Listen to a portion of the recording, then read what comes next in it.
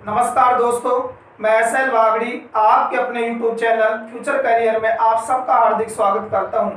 दोस्तों, आज अपन पढ़ेंगे हिंदी के अंदर क्रिया के भेद और कर्म के आधार पर अपन पढ़ेंगे क्रिया के भेद कि कर्म के आधार पर क्रिया के भेद कौन कौन से होते हैं।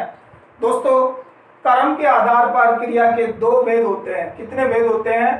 दो भेद होते हैं कर्म के आधार पर। एक होता है सहकर्मक और दूसरा होता है अकर्मक। एक सहकर्मक और दूसरा अकर्मक।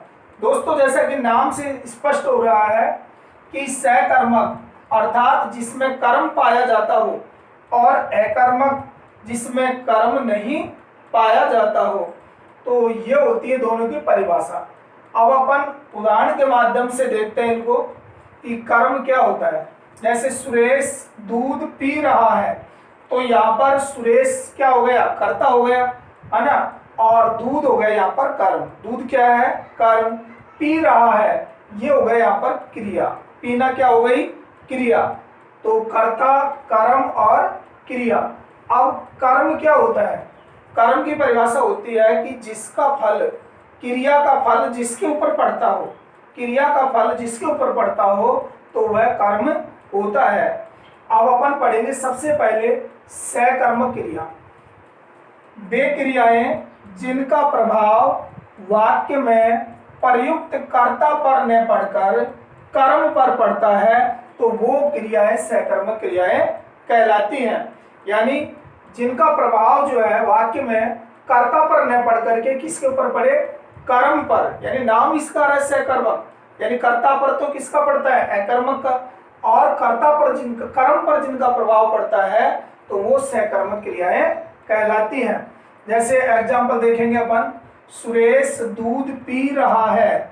अब यहाँ पर सुरेश दूध, सुरेश हो गया यहाँ पर कर्ता, दूध हो गया कर्म और पीना क्या हो गई? क्रिया।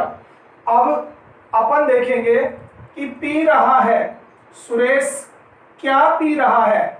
सुरेश क्या पी रहा है? तो आंसर हमारा होगा दूध को। तो ये पीने वाली क्रिया का प्रभाव किसके ऊपर पड़ रहा है? दूध पर, यानी कर्म पर पड़ रहा है। किस पर पड़ रहा है? कर्म पर। उसी प्रकार से महेश पुस्तक पढ़ रहा है। अब इससे अपन एक प्रश्न बनाएंगे कि महेश क्या पढ़ रहा है? तो आंसर हमारा होगा पुस्तक को। महेश किसको पढ़ रहा है? पुस्तक को। तो यहाँ पर पढ़ने वाली क्रिया का प्रभाव किस पर पड़ रहा है? पुस्तक पर, यानी कर्म पर पड़ रहा है। तो जब कर्म पर प्रभाव पड़ता है तो वहां पर सकर्मक क्रिया होती है। दोस्तों, ये सकर्मक क्रिया के भी दो भेद होते हैं। यानी सकर्मक क्रिया कितने प्रकार की होती है? दो प्रकार की। एक होती है एक कर्मक, जिसमें एक कर्म की उपस्थिति होती है, और जिसमें दो कर्म पाए जाते हैं, तो वहां पर द्विकर्मक क्रिया होती है। तो देखिए, सबसे पहले अपन देखते हैं एक कर्मक क्रिया कि जब वाक्य में क्रिया के साथ एक कर्म प्रयुक्त हो, तो उसे एक कर्मक क्रिया कहते हैं। यानी नाम हो रहा है इसका एक कर्मक। तो जहां पर एक कर्म पाया जाता हो, एक कर्म क्रिया होगी, और जहां पर दो कर्म पाए जाते हैं, तो द्विकर्मक क्रिया होती है। जैसे दुष्यंत भोजन कर रहा है, तो यहाँ पर दुष्यंत क्या कर रहा है? भोजन। क्या कर रहा है? भोजन को। तो यहाँ पर को आ रहा है ना, कर्म कारक है। तो यहाँ पर कर्म की उपस्थिति है। किसकी उपस्थिति है? कर्म की। और एक कर्म की उपस्थिति है, तो यहाँ क्या कहलाएगी? एक कर्मक क्रिया। यानी क्रिया का प्रभाव कर्म पर पड़ रहा है। ठीक है ना। उसी प्रकार मनीषा फल खाती है, तो मनीषा क्या खाती है? फल खाती है। क्या खाती है? फल। तो यहाँ पर खाने वाली क्रिया का प्रभाव किस पर पड़ रहा है? फल पर पड़ रहा है। यानी कर्म की उपस्थिति है और एक कर्म इसके अंदर आ रहा है, तो यहाँ पर एक कर्मक क्रिया होती है। अगला देखिए द्विकर्मक क्रिया। द्वि का मतलब दो, यानी जहां पर दो क्रियाएं पाई जाती हो। जब वाक्य में क्रिया के साथ दो कर्म प्रयुक्त हो, तो वहां पर द्विकर्मक क्रिया होती है। जैसे एग्जांपल देखते हैं अपन, अध्यापक जी छात्रों को भूगोल पढ़ा रहे हैं। अब यहां पर अपन जैसे क्वेश्चन बना इससे कि अध्यापक जी किसको क्या पढ़ा रहे हैं, तो यहाँ पर 2% हमारे बढ़ रहे हैं, तो 2 कर्म है। पढ़ा रहे हैं किस, क्या पढ़ा रहे हैं? भूगोल पढ़ा रहे हैं। क्या पढ़ा रहे हैं? भूगोल। किसको पढ़ा रहे हैं? छात्रों को। तो यहाँ पर 2% बढ़ते हैं द्विकर्मक के अंदर, और दोनों का यदि आंसर पाया जाता है तो वहां पर सहकर्मक क्रिया होती है। ठीक है ना। अब देखिए आगे, सौरभ ने पिताजी को पत्र लिखा। सौरभ ने, तो सौरभ तो हो गया हमारा क्या? कर्ता। सौरभ क्या हो गया? कर्ता। पिताजी को, तो ये हमारा हो गया कर्म। क्या हो गया? कर्म। और पत्र, पत्र भी क्या हो गया? कर्म हो गया। तो 2 कर्म है यहाँ पर, पिताजी और पत्र। और लिखा हो गया, लिखना हो गया क्या? क्रिया। तो इस तरीके से देख रहे हैं अपन कि पिताजी और पत्र 2 कर्म की उपस्थिति इसके अंदर है, तो यहाँ इसको क्या कहेंगे? द्विकर्म क्रिया कहते हैं इसको। आगे देखिए, अकर्मक क्रिया।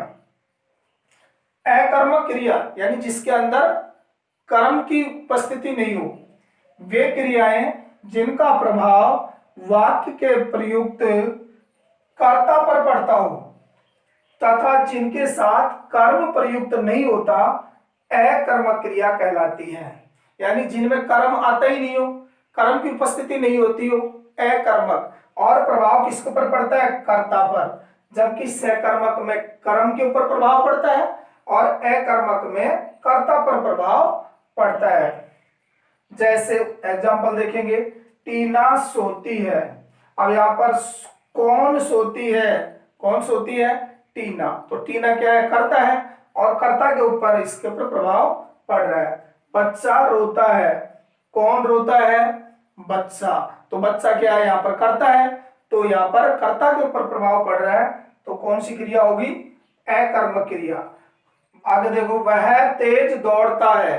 तो इसमें भी कौन सी क्रिया होगी? अकर्मक क्रिया होगी। कौन सी क्रिया होगी इसमें? अकर्मक क्रिया।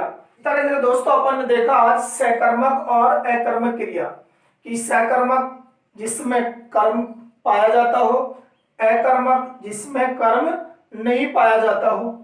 और सकर्मक क्रिया के 2 भेद होते हैं, एक कर्मक जिसमें एक कर्म पाया जाता है, और द्विकर्मक जिसमें 2 कर्म पाए जाते हैं। तो इस तरीके से आज अपन ने पढ़ा इसके अंदर क्रिया के भेद कर्म के आधार पर। दोस्तों इसी प्रकार से नेक्स्ट वीडियो पाने के लिए आप हमारे चैनल को सब्सक्राइब करें। और आज की इस वीडियो में बस इतना ही। मिलते हैं नेक्स्ट वीडियो में, तब तक के लिए जय हिंद।